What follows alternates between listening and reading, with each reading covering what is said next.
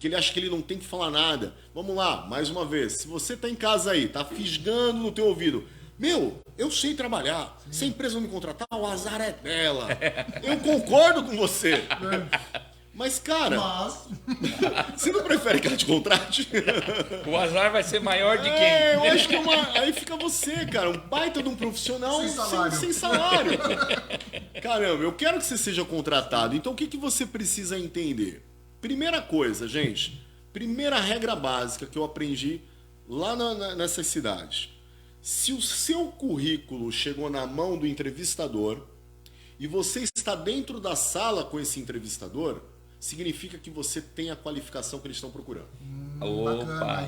Essa dica é Porque bacana, a primeira coisa, a primeira lenda Sim. é que todo o currículo, qualquer currículo vai para a mão e qualquer um vai fazer uma entrevista.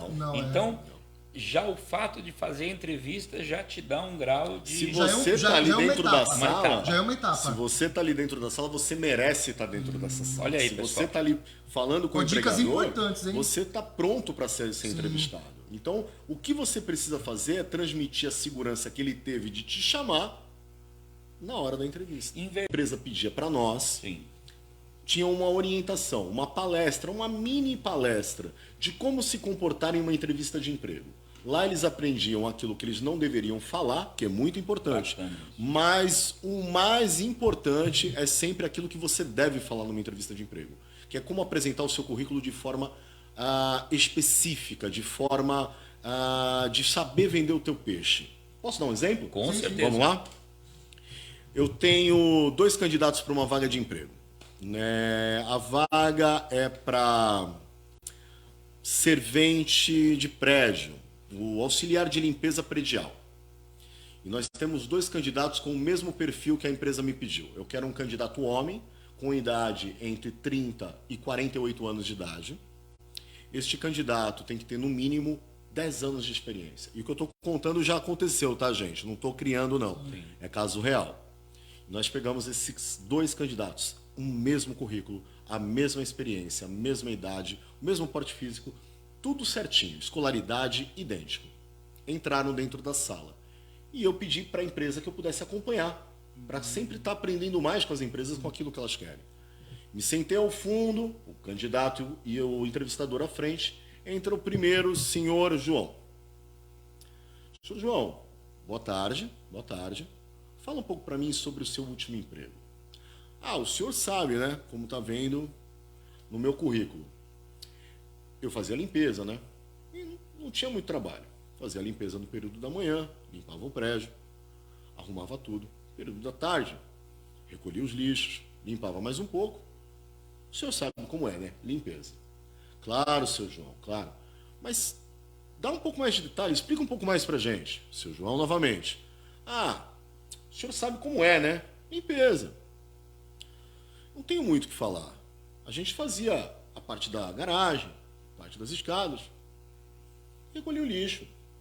Limpeza. Tudo bem, seu João? Muito obrigado. Nós entramos em contato. Seu João sai, entra o seu Roberto. Seu Roberto, boa tarde. Fala um pouco sobre a sua última experiência. O seu Roberto começa a entrevista. Chegava às 7 horas da manhã, recolhia todo o lixo da noite, colocava na parte de fora, separava os recicláveis, ia para o último andar e começava as escadarias. Ao término das escadarias, o pessoal já tinha saído todo para o trabalho, o pessoal para a escola, eu fazia a garagem. Usava VAP, tudo bonitinho, tudo certinho, e com o meu uniforme vestido. Na hora de almoço, rendia o porteiro. 2 funções. O porteiro voltava do almoço, eu ia almoçar. Era o tempo do pessoal do almoço jogar os lixos para fora. Eu recolhia esse lixo do almoço. Fazia mais uma ronda nas escadas. Terminava minha turma e ia embora. Agora eu pergunto para você aí de casa e para vocês aqui na mesa comigo. Seu João ou seu Roberto? Seu Roberto. Os 2, com a mesma experiência de trabalho, com o mesmo tipo de serviço, faziam a mesma função. Só que numa apresentação, num detalhamento, numa descrição melhor das habilidades, das competências e daquilo que ele sabia fazer, esse cara recebeu a oportunidade certa, na hora certa, e ganhou a vaga. E isso não significa... Também foi o meu trabalho que falou. Gente, todo mundo depende desse salário, todo mundo depende desse emprego. E a gente tem que priorizar o seguinte: na sala de entrevista, não me importa a tua realidade dentro de casa. Quando eu, o entrevistador, estou à frente de vocês, gente, a última coisa que eu quero é problema. A última coisa que eu quero saber é se você tem filho pequeno. Porque se você tem filho pequeno, você vai acabar faltando no serviço para levar eles na escola. Se você tem mãe doente, você vai faltar na mãe, vai deixar a mãe doente, ou pior ainda, vai ter que deixar o trabalho para ir atender a mãe doente. E pelo emocional não é um caminho. E não é esse caminho. O que eu preciso é de alguém com quem eu possa contar, que entenda que a mãe doente e o filho pequeno dependem do meu salário para que eles estejam bem. Então a minha prioridade é o serviço. Na entrevista, pessoal, a tua prioridade é o teu profissional. Então, isso me resolver um problema, não para mim criar um departamento para cuidar de você. E não que a empresa não se preocupe com essa questão pessoal do funcionário. Mas existe uma escala de prioridade, né? Isso é lá na frente. Você está contratado, vai ter uma eventualidade, vai ter um imprevisto. Então, a isso a gente vai trabalhar lá. Na entrevista, mas a entrevista não é o lugar para fazer isso. E o entrevistador, ele pode, por exemplo, a pessoa dar um fiozinho desse, só um fiozinho. Claro, para você se for. E aí ele vai puxando, né? Olha aí, pessoal. Então, assim, gente, vamos lá. Duas regrinhas básicas, então, pode ser? Pode ser. Vamos lá. Primeiro, se for perguntada a tua vida profissional, detalhes. Bem detalhado. Bem detalhado. Pega o dia, todo mundo já fez isso. Vamos lá. Eu vou primeiro falar com quem já trabalhou, tá? Não quem não tem experiência ainda, que a gente vai entrar nessa questão. Inclusive, eu tenho uma surpresa para vocês no final do podcast. Bacana, fica aí, marca pessoas. Aguenta até o final, vai vir uma surpresa podcast incrível. Legal, tá? legal. Vamos lá. Você que já trabalhou, pensa naquele dia que o teu patrão te azucrinou as ideias. Tudo dava errado, a internet caía, ou pior ainda, o tempo estava horrível, o público era demasiadamente insatisfeito, tudo que podia dar errado naquele dia deu. Faltou material, você não estava se sentindo bem. Agora me diz uma coisa, você não sobreviveu a esse dia? Sim, claro. Você não lidou bem com esse dia? Você não encerrou bem esse dia?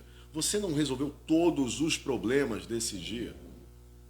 Com destreza, com profissionalismo, com boas ideias, com velocidade e continuou trabalhando.